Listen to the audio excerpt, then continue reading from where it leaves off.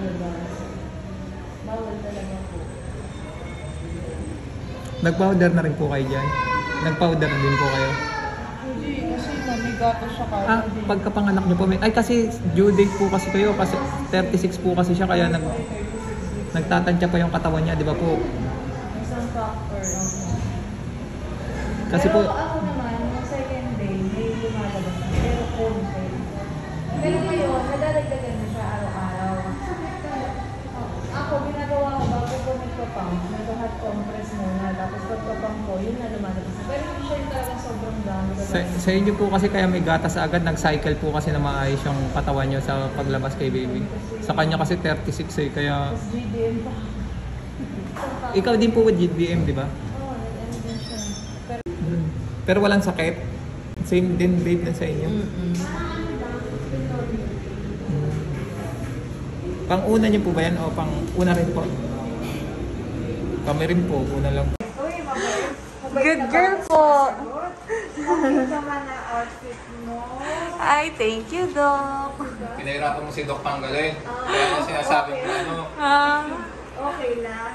Isang beses pa lang po ako nagpaano. Talaga nagpa-araw? Kahapon, kaninang umaga lang po. Maganda po yung kulay niya. Ay, thank you po. Maganda ang kanyang kulay. Salamat. Kahapon po, 2 days, hindi kami nakapagpa-araw. Hirap Okay. na. Nakulimlim po.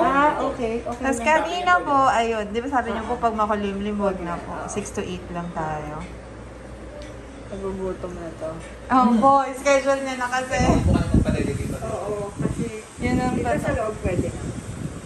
Hindi po doon na sila kotse pagtapos. Ganda daw ng iyong kulay, anak. Very good siya. Wow! Very good ka daw. Gusto ko marinig. Oo, wala siyang ganda ng heartbeat, ang ganda ng higa. Thank you po. Okay lang vaccine niya po. Matagal pa, 2 months on pa lang. Tagal pa pa. Relax ka lang. Kaso daw ulitin namin yung NST niya. No? Oo, kasi midterm. Tapos balikan mo na. Yung pempem niya okay naman okay po, lang Doc. naman. Oo. Sa June 2. Wala naman po siya mga Pagbabago pa. rashes, Wala. hindi naman. Ito pong pempem niya, ganyan Oo. pula, normal yan, Yes. hindi po yan rashes. Hindi yan rashes. Thank you po. Hindi yan rashes. Hindi yan rashes. Pempem po, delete po yan. Oo, Hindi pa po. observe pa natin ha. Okay po. Kasi pwedeng ano pa yan maga dahil dun sa estrogen mo. Kaya minsan pati dugo nagme-mensang baby. May mensation ng baby. Tapos yung boobs nila, minsan may gatas. Nagagatas din yan. Dahil sa ano, yes. Dahil sa ano mo yan. Ayan, estrogen. check ka ni Doc lahat. Yay! Walang rashes ang baby. Oo, very good siya. Very good ka daw, Wala anak. ka talaga ng nanay, Doc. Oo nga, feeling ko nga hindi na Ang natutulog ganda tong ng nanay. skin. Hindi na natutulog tong Pero nanay Doc, ang natin. bait po kasi niya. Talaga, hindi 3 to siya 4 iyak. hours straight tulog Talaga? siya. Very Tapos good. pagising niya, feeding time niya, Oo. burp time niya, poop diaper changing niya. Oo. Tulog na naman siya. Ang galing. At Talaga, least ang galing. hindi siya Sobrang- fussy. Yung ibang bata, hirap patulugin. Ngayon po, tingnan yung ginagawa niya kayo. At tingnan niyo po, hindi siya Oo. nagkakaray. Oh, nagugutom na. Pero Ayan na, opo, nagugutom na. kasi Ayan na. oras na po ng... Oh, good job to eh. God Paano bless kung may you. sandig yung dalawa nanay at tatay niya? Gusto ko pinakausap sa kanya. Ayan na. Gusto ko kasi na... Mabuti Feeding yan. time mo na, anak.